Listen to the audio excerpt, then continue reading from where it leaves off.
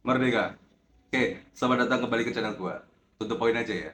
Negara kita sedang terkena kanker investasi stadium 4. Ini disebabkan oleh pemerintah kita yang berdagang dengan rakyatnya. Gua akan bahas ini dengan bahasa yang sesederhana mungkin, disertai tuduhan-tuduhan buruknya legalitas yang mengatur rakyat untuk mencari makan di negeri sendiri.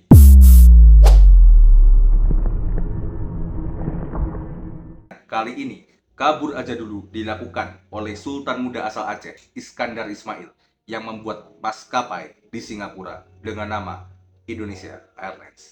Indonesia contact 123. Sebuah perusahaan maskapai penerbangan skala internasional yang dipimpin oleh WNI asal Aceh. Sebuah keputusan yang dibuat saat gerakan kabur aja dulu menggema di sosmed akhir-akhir ini. Seorang sultan muda dari Serambi Mekah ini mengambil langkah yang sama.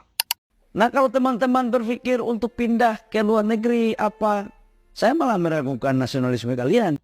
Apakah Iskandar Ismail bukan nasionalis? Setidaknya ada 3 faktor yang membuat sosok Iskandar Ismail tetaplah seorang nasionalis. Pertama, tentu nama Indonesia Airlines yang tetap digunakan untuk maskapainya.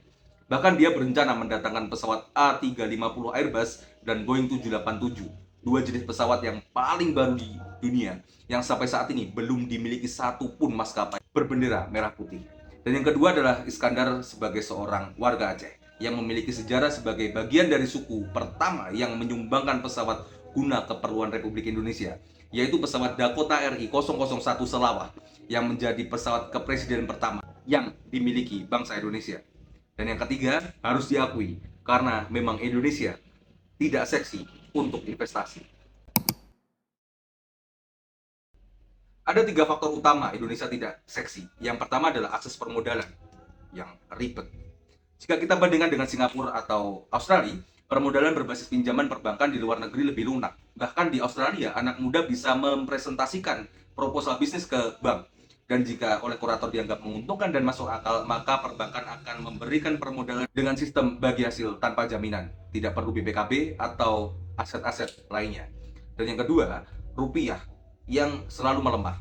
Perlu diketahui, bisnis dengan taraf sekecil apapun tetap terikat dengan fluktuasi nilai mata uang rupiah. Tidak perlu berbisnis dengan skala internasional. Ya, seperti tahun 98, di mana rupiah tiba-tiba anjlok yang mengakibatkan krisis ekonomi yang berujung pada krisis politik. Tentu, para pengusaha menghindari negara yang berpotensi mengalami krisis. Dan yang terakhir adalah pajak. Pajak di Singapura dan Indonesia memiliki beberapa perbedaan yang signifikan. Nah, ini ada beberapa perbandingan ya antara pajak di kedua negara tersebut. Yang pertama, Singapura punya tarif PPh yang relatif lebih rendah, sekitar 17%. Sementara itu, Indonesia punya tarif PPh yang lebih tinggi, sekitar 22-30%. Nah, untuk PPN, Singapura punya PPN yang disebut Goods and Service Tax, GST, sebesar 9%. Sementara di Indonesia, PPN 11% pun dinaikkan menjadi 12%. Nah, ada lagi terkait intensi pajak. Singapura itu menawarkan berbagai intensi pajak untuk mendorong investasi dan inovasi, seperti intensif penelitian, pengembangan, dan intensif untuk perusahaan startup dan pembebasan pajak dividen. Dan terkait sistem pelaporan pajak, Singapura juga punya sistem pelaporan pajak yang lebih maju dan efisien dengan menggunakan sistem No Filing Service (NFS) yang tidak perlu mengisi formulir SPT. Nah, secara keseluruhan, Singapura punya sistem pajak yang lebih ramah untuk bisnis dan mendukung investasi. Sementara Indonesia memiliki tarif pajak yang lebih tinggi dan sistem pelaporan pajak yang ribet. Investasi di Indonesia ini ribet, mulai dari skala mikro hingga usaha sekelas maskapai penerbangan. Nah, gue sendiri juga punya perusahaan yang bergerak di bidang konstruksi, pengadaan, entertainment, dan sebagainya. Dan gue taruh modal yang nggak sedikit. Tapi setelah semua keribetan, izin, dan lain-lain, gue tetap ngerasain betul susahnya berwirausaha di Indonesia. Mungkin jika gue punya cukup modal dan keberanian untuk membuka bisnis di Singapura, gue bakal lakuin hal yang sama. Baik lagi ke bisnis penerbangan. Boleh dong, gue curiga kalau ada permainan di balik layar. Nah, karena kita tahu bahwa langit kita dikuasai dua raksasa, plat merah seperti Garuda Group dan Pertamina, serta plat hitam Lion Group yang dimiliki Wakil Ketua MPR RI Rusdi Kirana. Dua instrumen yang berstatus pemerintah memungkinkan untuk mempersulit laju investasi bisnis penerbangan. Dengan begitu, monopoli penerbangan lebih bisa ditata. Dan apakah ini juga ada kaitannya dengan tingginya tarif penerbangan di tanah air? Indonesia gelap, yang gelap kau bukan Indonesia. Kenapa gue punya kecurigaan seperti itu? Ya, karena gue ngerasa pemerintah kita itu seolah punya prinsip. Di negara ini semua dilarang kecuali yang diperbolehkan. Berbeda dengan asas legalitas dalam hukum, bahwa semua diperbolehkan kecuali yang dilarang. Nah, gue kasih contoh lagi nih, misalkan tambang pasir. Rakyat yang mau menambang dibuat ribet dengan persyaratan dengan dalih lingkungan.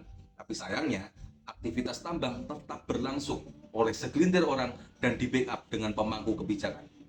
Dan hasil tambang hanya sedikit yang dikirim ke pendapatan asli daerah atau PAD. Nah, kalau mau fair, sebenarnya masalah tambang ini sederhana. Coba buat aturan semua boleh menambang tanpa syarat. Tapi setiap ujung jalan akses ke tambang diberi portal.